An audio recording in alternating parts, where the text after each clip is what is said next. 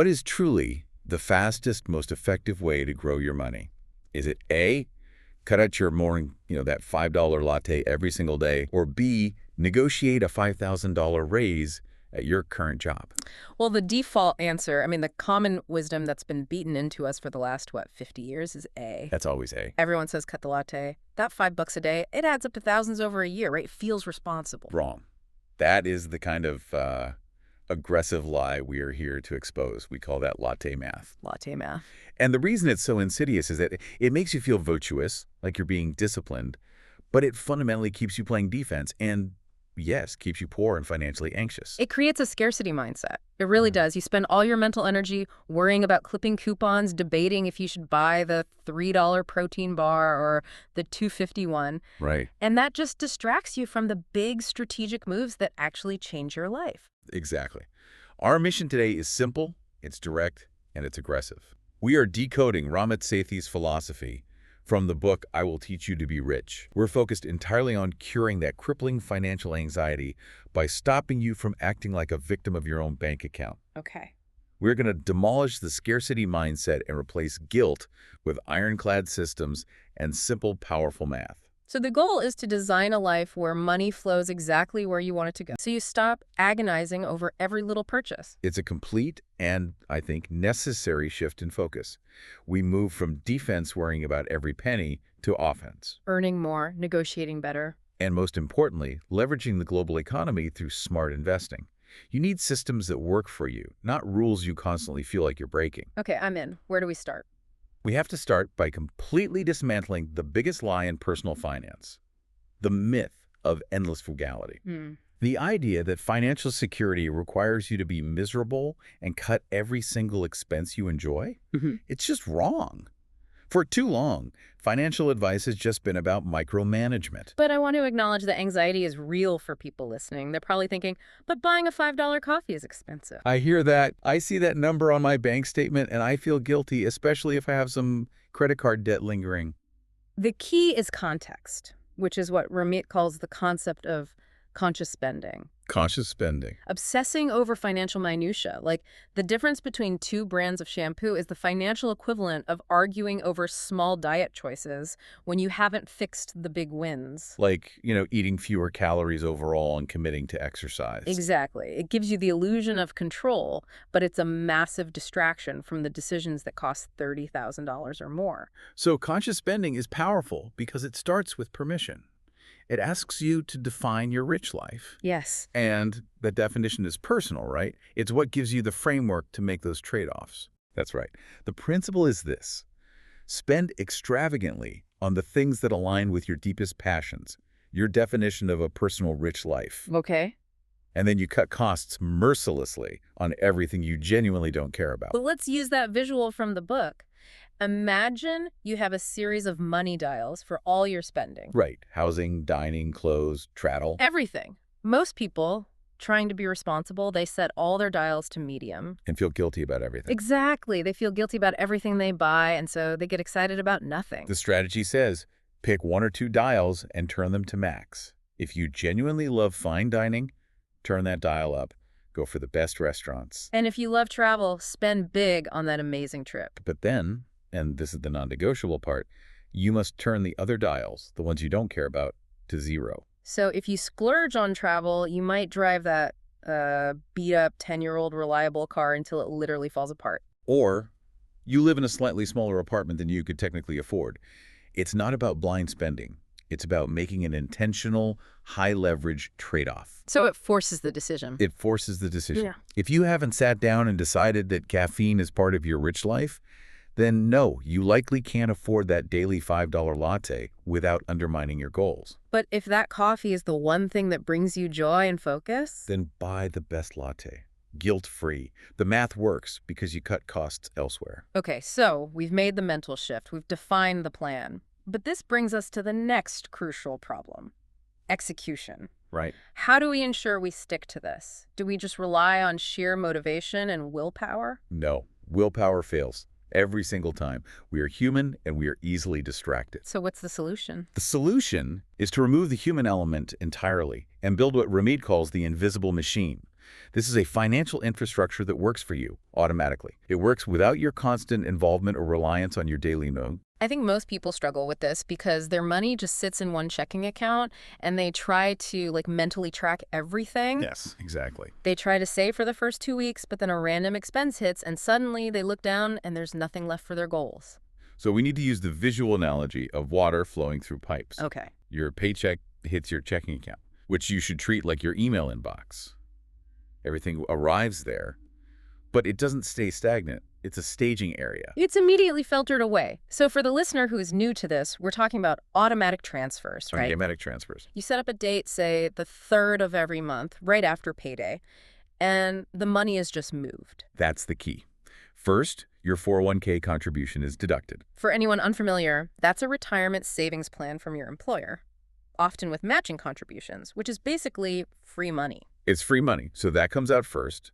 Then the rest of your salary hits checking, and the transfers kick in. So money for fixed costs, savings, investments, it's immediately siphoned off. You should not even see the money that is meant for your future goals. This really highlights the psychological power of separation. You need a high-interest online savings account that is physically separate from your daily checking account. That distance, both physical and psychological, makes it incredibly unlikely you'll dip into it for a whim purchase. And here's where the genius lies.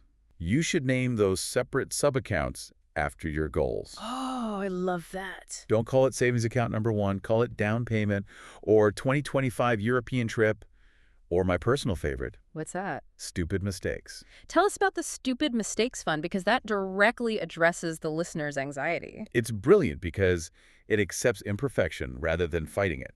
You budget, say, $50 or $100 a month to go into the Stupid Mistakes Fund. For what?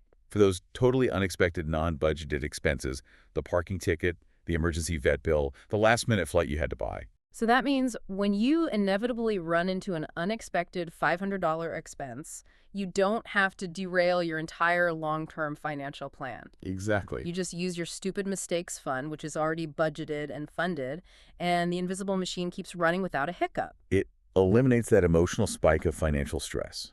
And here is the magic result. Okay. Once this invisible machine pays all your fixed costs, funnels your investments, and stocks your emergency funds automatically, whatever remains in your checking account That 20 to 35% of your take-home pay is officially your guilt-free spending money. The machine is generating wealth for you by default, and you can spend that remainder on shoes, takeout, or whatever you want without that paralyzing anxiety. That structure is so vital for curing anxiety.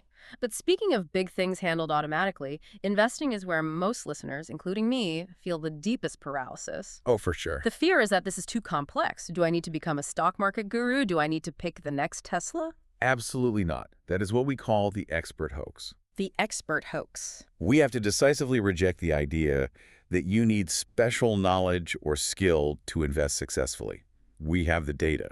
The vast majority, we're talking 75%, some studies say even 90% of actively managed funds fail to beat the market. So these experts are charging you large fees. Just for the privilege of underperforming. It's insane. And investing is fundamentally not about being sexy or brilliant. It's about boring consistency, low fees, and just time. Yes, buy and hold investing consistently wins because it participates in the overall growth of the global economy. Let's use that visual analogy. Okay, contrast the expert and the index fund investor. The expert is running in these heavy, expensive boots, those are the fees, and constantly changing direction, trying to predict the market. Well, the average index fund investor is just walking. Simply walking steadily on a global economic treadmill. They keep moving forward, boringly, relentlessly. The steady, boring walker destroys the flashy, expensive runner. Every time. And the simple solution for the average person is to invest in low-cost index funds. Specifically, things like target date or life cycle funds.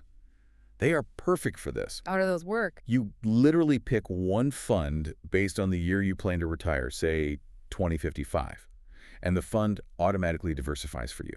Across thousands of stocks and bonds. And it automatically rebalances the risk as you get older. It just simplifies the entire process. And what about accounts? Where do you put this fund? For long-term investing, especially if you're in your 20s or 30s, you should maximize what you can put into a Roth IRA. It is simply the best deal the government offers you. Why is that? You put in money you've already paid taxes on, and the crucial part is when you withdraw the growth in retirement, you pay absolutely zero tax on those massive gains. Wow. Okay, but the problem with all these steps, conscious spending, the machine, Roth IRAs, is that they lead to one thing for me. What's that? Paralysis. I've heard this fear so many times. What if I pick the wrong fund? What if the fees are slightly too high? What if I make a mistake? That fear of imperfection is the greatest enemy of wealth. The financial cost of waiting is far, far greater than the cost of a small mistake. So what's the solution? Ramit's direct mandate here is the 85% solution. Getting your system 85% right today is exponentially better than waiting a year to get it 100% perfect. We have to drive home the cost of waiting with compounding. Please do. If you invest just $1,000 at age 25 for 40 years, assuming a historical average 8% return, you would accumulate over $21,000. From that single $1,000 investment. Now compare that to someone who waited until age 35. They've lost 10 years of that exponential growth. And they end up with Less than $10,000. That difference of $11,000 is the literal cost of inaction. It's the price you pay for demanding perfection. So the critical first action steps are small but firm. Open the account. A Vanguard or Fidelity Target Date Fund is recommended for ease. And set the automatic transfer? Set the automatic transfer. You can fix the nuances and tweak the allocation later. The key is just launching the system. That all sounds fantastic for someone starting from zero, but we absolutely have to address the reality for a massive portion of our listeners. Which is? The first step isn't investing, it's crushing high-interest debt. This sounds great, but I have credit card debt right now. You're right. That debt is an emotional and financial anchor, and it needs to be treated as an immediate, critical emergency. Before you can move up that personal finance ladder, You must crush that debt because it's a triple whammy working against you. okay, let's break down that three-part damage for the listener. First, you're paying debilitating high interest. The average APR is around 14%, and it can go much higher. That's a guaranteed loss that outstrips almost any investment gain. Second, your credit score. It suffers severely. 30% of your score is based on how much debt you carry versus your limit. And third, and potentially most damaging, is the emotional toll. It's overwhelming. It leads to avoidance, shame, and just that spiraling feeling of doom. So if I have this debt, how do I start crushing it beyond just making the minimum payment? You use negotiation skills as your hidden income tool. You must understand that banks and credit card companies rely entirely on your passivity. They win when you accept the status quo. So you need to call them up. Yes. And people assume this is a favor or a handout, but you are saying this is a negotiation. What should I explicitly say? Give them the explicit script. I have been a consistent customer for X years, and I am asking to lower my APR. That's it. You're being polite, direct, and framing it in terms of your value. It often works because the bank's customer acquisition cost is high.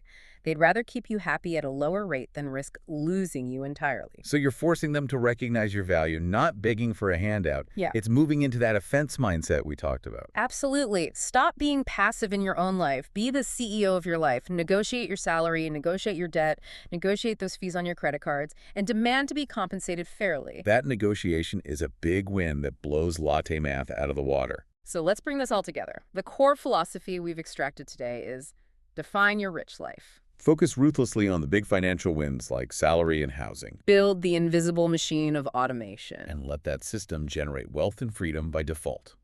It sounds so much more manageable when you move from that daily emotional stress to just setting up a system once.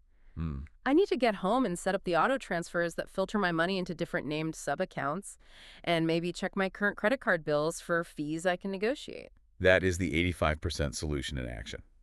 But here's the final provocative thought we want to leave you with. Investing always involves risk.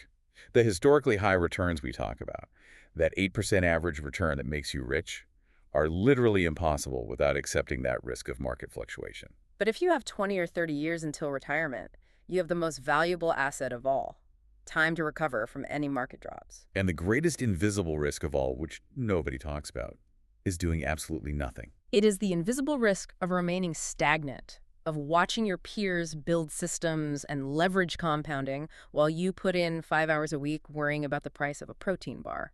You find that you are effectively going backward financially compared to the rest of the economy. If you want to automate your brain and keep getting these insights, subscribe to Nonfiction Insights. Right there, hit the subscribe button. Use the 85% solution and click it now. Start your machine. Thanks for joining us for this deep dive.